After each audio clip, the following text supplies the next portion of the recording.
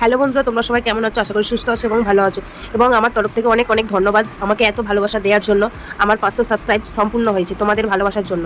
তোমাদের ভালোবাসা ছাড়া এই স্বপ্নটা আমার কোনোদিনও পূরণ হতো না। আজকে চলে এসেছি তৃতীয় শ্রেণীর আকাশ, পৃষ্ঠ হচ্ছে 112 থেকে 120 পাদ। এখানে যাবতীয় যা প্রশ্ন আছে এবং উত্তর আছে, আমি সেই প্রশ্ন এবং উত্তর সহ আলোচনা করে দিচ্ছি। অবশ্যই দেখতে থাকো। চলো তাহলে শুরু করা যাক। প্রথম প্রশ্ন আছে আকাশের রং কি? আকাশের রং নীল।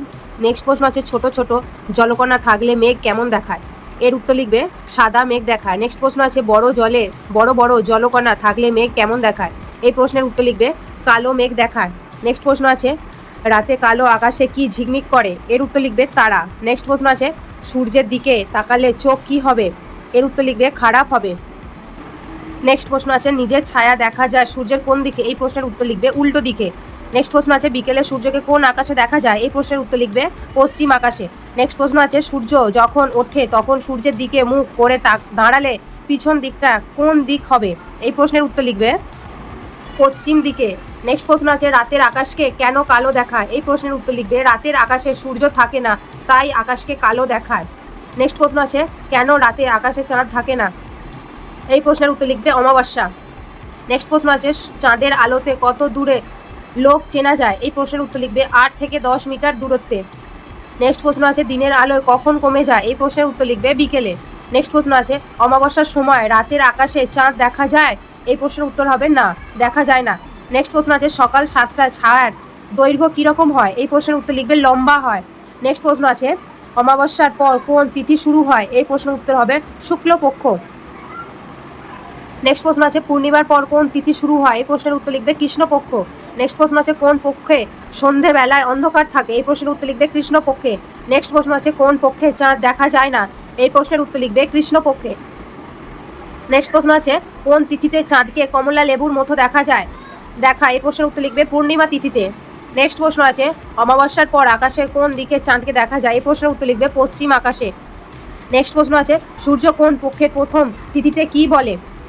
এই প্রশ্নের উত্তর লিখবে প্রথমা। নেক্সট প্রশ্ন আছে তারাগুলি ছোট দেখায় কেন? এই প্রশ্নের উত্তর লিখবে অনেক দূরে থাকার জন্য। নেক্সট প্রশ্ন আছে ছায়াপথ কাকে বলে? এই প্রশ্নের উত্তর লিখবে রাতের আকাশে একদিক থেকে অন্যদিকে একটা আবছা আলো আভা দেখা যায়, একে ছায়াপথ বলে। নেক্সট প্রশ্ন আছে কেমন শব্দ করে বাজ পড়ে? এই প্রশ্নের উত্তর লিখবে কর্কর শব্দ করে। নেক্সট প্রশ্ন আছে মেঘ কী করে সৃষ্টি হয়? এই প্রশ্নটা খুব একটা ইম্পর্টেন্ট প্রশ্ন। এই প্রশ্নের উত্তর লিখবে নদী সাগরের জল বাষ্প হয়ে উপরে উঠে যায়, তারপর ঠান্ডা হয়ে জলকণায় পরিণত হয় এবং সূর্যের আলো আটকে দেয়, এটাই মেঘ। নেক্সট প্রশ্ন আছে বাজ পড়া কাকে বলে? এই প্রশ্নের উত্তর লিখবে মেঘে মেঘে ঘর্ষণ লেগে যে আলো সহ শব্দের সৃষ্টি হয় তাকে বাজ বলে এবং মেঘ থেকে মাটিতে বিদ্যুৎ গেলে তাকে বাজ পড়া বলে। নেক্সট প্রশ্ন আছে বাজ পড়লে কি করতে হয়? এই প্রশ্নের উত্তর লিখবে বসে পড়তে হয়। নেক্সট প্রশ্ন আছে লাল ও হলুদ রঙের মাঝারি রংটার নাম কি? এই প্রশ্নের উত্তর লিখবে কমলা। নেক্সট প্রশ্ন আছে বেনি আসহ কলা কি? এর প্রশ্নের উত্তর লিখবে রামধনু 7টি রঙের প্রথম অক্ষর।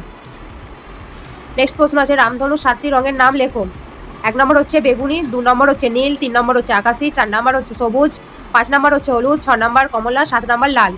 নেক্সট প্রশ্ন আছে রং কিভাবে মিলিয়ে যায়? এই প্রশ্নের উত্তর লিখবে ছোট ছোট জলের ফোঁটা দিয়ে তৈরি হয় রং, জলের বাষ্প হয়ে গেলে রামধনু রং মিলিয়ে যায়।